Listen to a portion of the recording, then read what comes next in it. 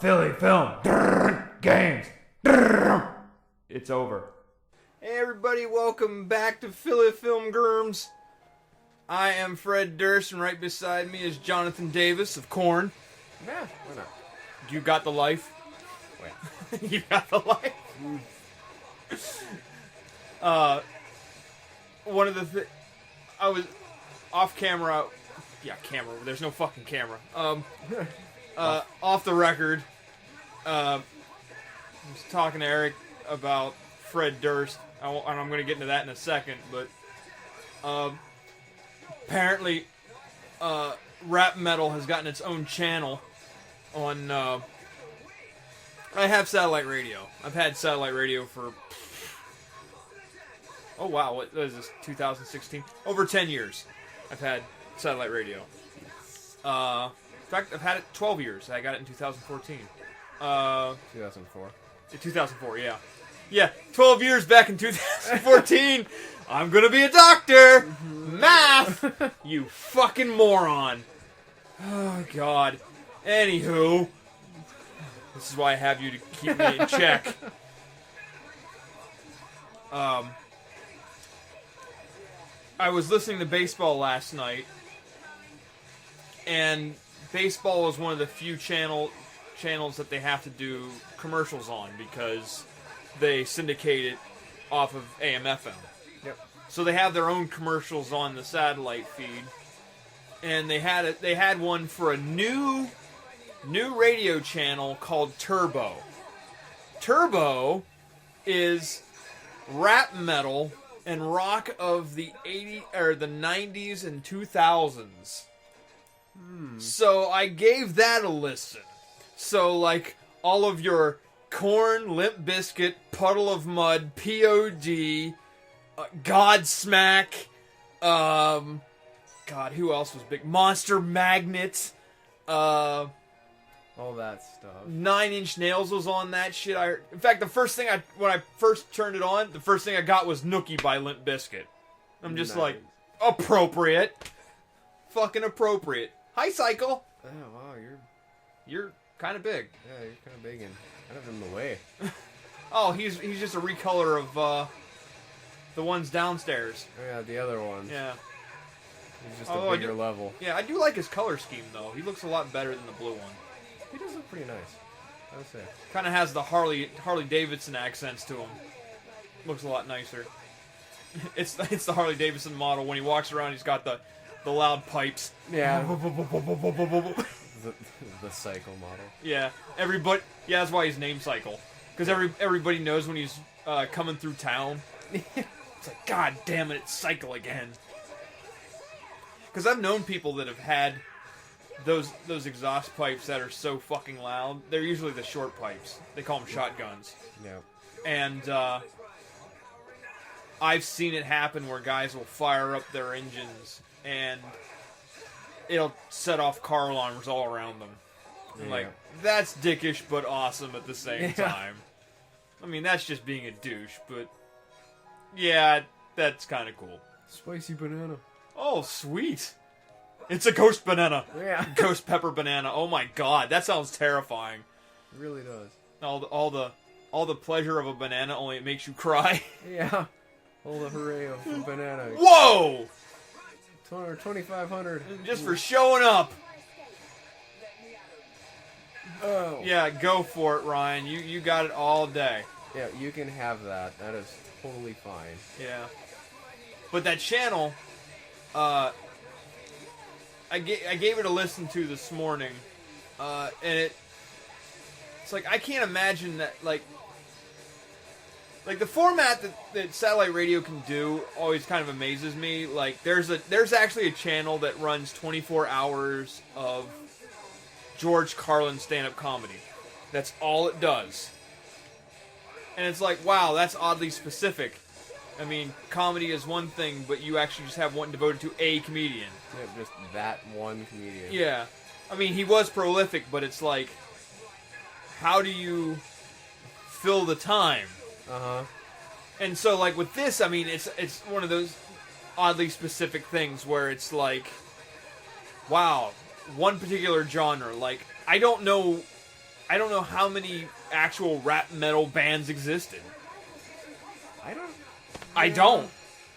Like, I mean, like other ones that are more popular. Like, there's a channel for hair metal. All right, that. I mean, you're gonna get your classics like Def Leppard and.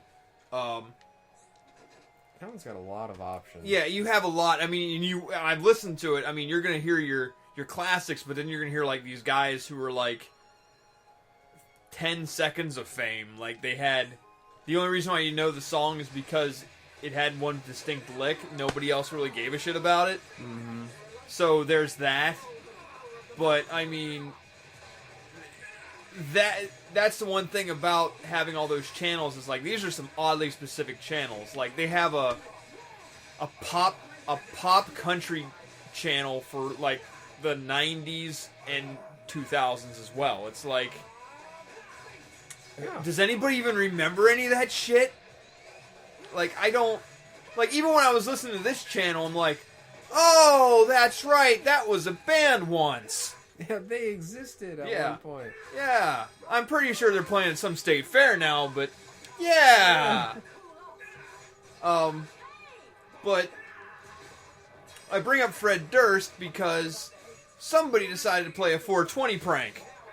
And they set up an event where the band Limp Biscuit was going to show up at a Dayton Sunoco gas station and perform.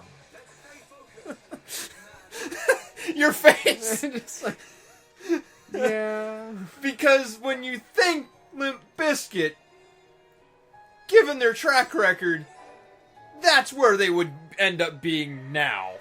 Like, they would perform at a gas station. That's about it. I mean, they're not like the Beatles where they gave their final performance on a rooftop somewhere, you know, like that. But no, you would expect them to... That would be like if they came here and just gave a performance by the dumpster behind the loaf and jug. It would seem appropriate. And no one would be surprised, really. No. Like, half the employees over at Simplot would come over. It's like, fuck yeah, Fred! We love you, Fred! Play Behind Blue Eyes, dude! Yeah.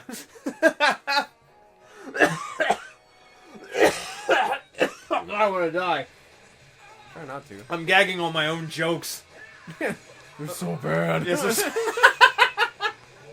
they're so bad that I'm gagging on my own jokes. Oh, mercy. But yeah, it was just funny that apparently, I mean, 6,000 people, apparently, because I was looking up while we were between recording, 6,000 said that they were going to show up to the event, but most of them probably realized that it was a hoax. Yeah. But apparently, a couple hundred did. Nice. And so, the gas station did not know what to do.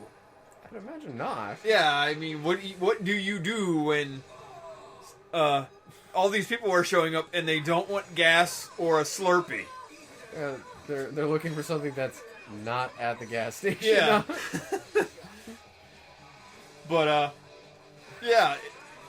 But they all just showed up and they basically had a party, and the gas station had to shut down because they're like, well, we can't do anything.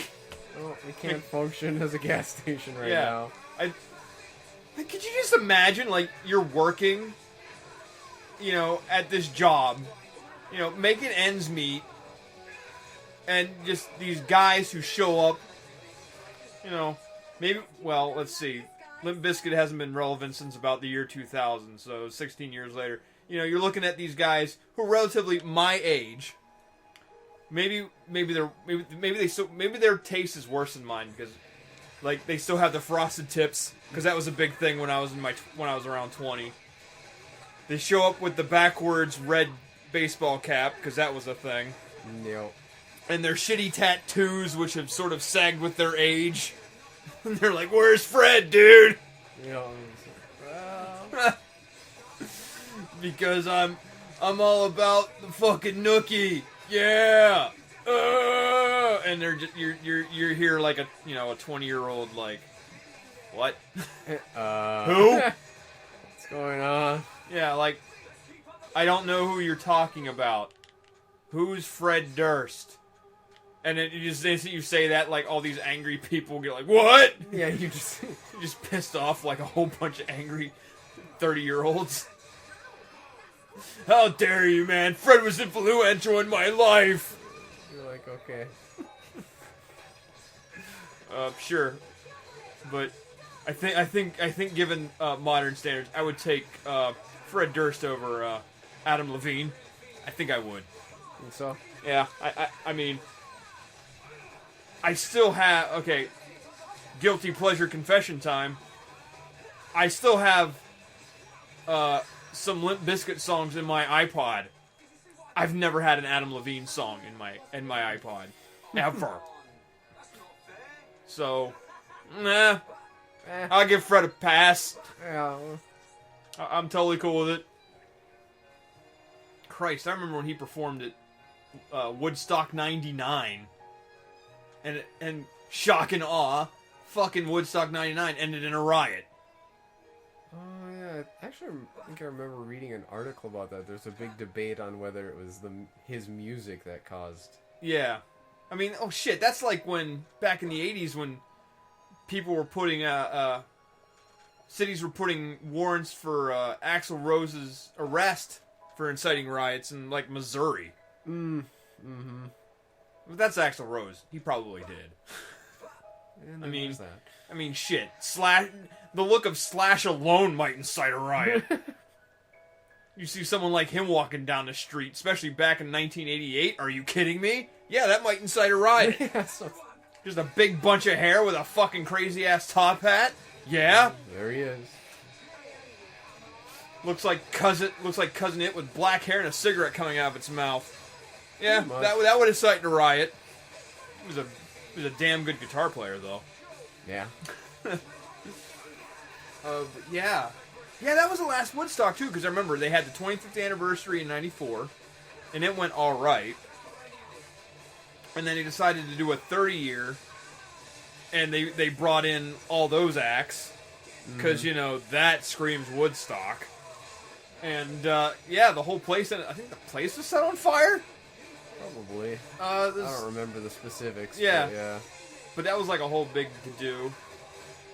And I think Limp Biscuit was one of the closing acts. And I think it got out of hand when Shock and Awe, they played break stuff. Yeah, I remember that being one of the big ones. Yeah. Break your fucking face tonight! Give me something to break! Because, you know, when I think great lyrics, that's what I think break stuff. I'm trying to remember exactly how that song goes. I remember because like that's the big thing before they go into the last hard. Speaking of hard, look at his pecs. I don't know. Shulk's just jacked. He's getting He starts off as a little noodly guy, and now he's just. How does that song? Something about a chainsaw. A motherfucking chainsaw. What? Duh, so come and get it. It's all about the he said, she said bullshit. Yes. I think you better quit letting shit slip, or you'll be leaving with it. Fat lip. Yeah. Yep. Great lyrics. Good stuff. Yep. That's the sort of shit that would win you fucking a Nobel Prize in poetry. Straight up. I think so. Because he really gets to the core of of the human psyche and how drama affects us all. Yeah, I can see it. Yeah, Fred, I can see it. Yeah. Oh, shit. Oh, goddamn. Oh. Yep. And now it's gotten to that point, and you're just sort of like, yeah, Fred almost seems like a good alternative to what I'm being offered. I mean, I honestly have not heard, like, I've heard a song that I might like this year. Can you walk over that thing? I guess I can. Kind of. Nope. Well, if you didn't, you gotta stay on him, I guess. Yeah. Falling is not good. Or I could just take these stairs up there. Okay. Fight through all I this can't remember the crap. exact name of the dude, but the song's called, I Took a Pill in Ibiza. And it's a remix. It's not even the original song, it's a remix of a song. Okay. Apparently it's this guy who was a one-hit wonder in 2010. And it's basically a song of him. It's a song about being a one-hit wonder. Nice. And like the depressing life he lived after becoming famous after this one song. And it's like, it almost sounds like he's pouring out his soul. Yeah. And I'm like, huh, I could almost get behind this. This is... I mean, I heard the original version, I'm like, oh no, this remix I kind of like, but no.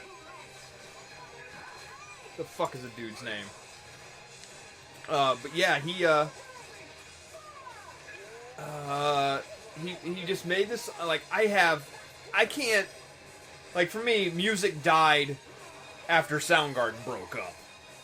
The first time in '97. Like, there was residual effects, and then by, I'd say 2004, it was all dead to me. There was Yeah. nothing left. Yeah. And... Alright. Took a Pill in Ibiza is sung by Mike Posner. Yeah. Whoever the fuck he is. But,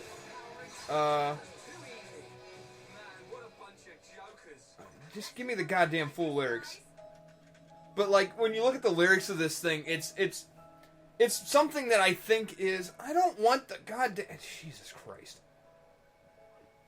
Like... It does something that I probably haven't seen in music in a long time. Yeah. Like, it's got this sincerity to it that is like, oh shit. Like, here are the lyrics. I took a pill in Ibiza. To show Avicii I was cool. Alright, I don't know if you know who Avicii is. No. He's a DJ. Okay. Who has his own troubled past. So they're like, I'm a scrub and I'm trying to prove to this other scrub that I'm cool, so I took this fucking pill. Yeah. And when I finally got sober, felt 10 years older, I can relate. Yeah, But fuck it, it was something to do. I'm living out in LA, I drive a sports car just to prove I'm a real big baller because I made $1 million and I spend it on girls and shoes. Alright? Yeah. But here's where it starts to get like, oh shit, this is getting fucking deep and depressing. But you don't want to be high like me, never really knowing why like me. You don't ever want to step off that roller coaster and be all alone. You don't want to ride the bus like this, which I can only imagine what that's got to be like. Yeah. You know, like, oh, you're the dude who wrote that song. Yeah. Yeah. You're on the fucking bus. Never knowing who to trust like this. You don't want to be stuck on that stage singing that only song that you have. Yeah, the one. All I know are sad songs, darling. All I know are sad songs. Jesus Christ. And then it just gets so darker. I'm just a singer who already blew his shot. I get along with old timers because my name's a reminder of a pop song people forgot. Like, dude! Ouch. Dude, this hurts! Yeah. I'm sorry. Yeah. And I can't keep a girl, no, because as soon as the sun comes up, I cut them all loose and work's my excuse. But the truth is I can't open up. It's like, wow! Wow! This is... It's dark, but it's actually good. I'll give it that. I mean, if that's what you're it's a level of self-awareness that is just like, you acknowledge, like, you know, I had this thing once, and I fucking blew it, and it's like, what the fuck else am I gonna do? And so you write a song about it, and now you're famous again. Yeah, and then it happens again. Yeah. It's like, no! It's like, oh shit. Like, can you imagine, like, this is like his only other follow-up hit, and then like 10 years later he's gonna sing this, and it's just gonna be like the worst blues song ever. Yeah. Is what's gonna fucking happen. It's like, holy shit. Get to that one. Well, we've sucked down 20 minutes. But you don't want to be high like me. Don't want to know why like me. Hell, you don't want to be... Oh, that'd be nice. I was hoping. Because, I mean, Eric's already living that life. Yeah, pretty much. You wouldn't know, but Eric's actually famous in a former life. He doesn't really talk about. Yeah. We're not going to bring it up either because we don't want to dredge up those memories. So next time I might cry. Be bad. Oh, shit.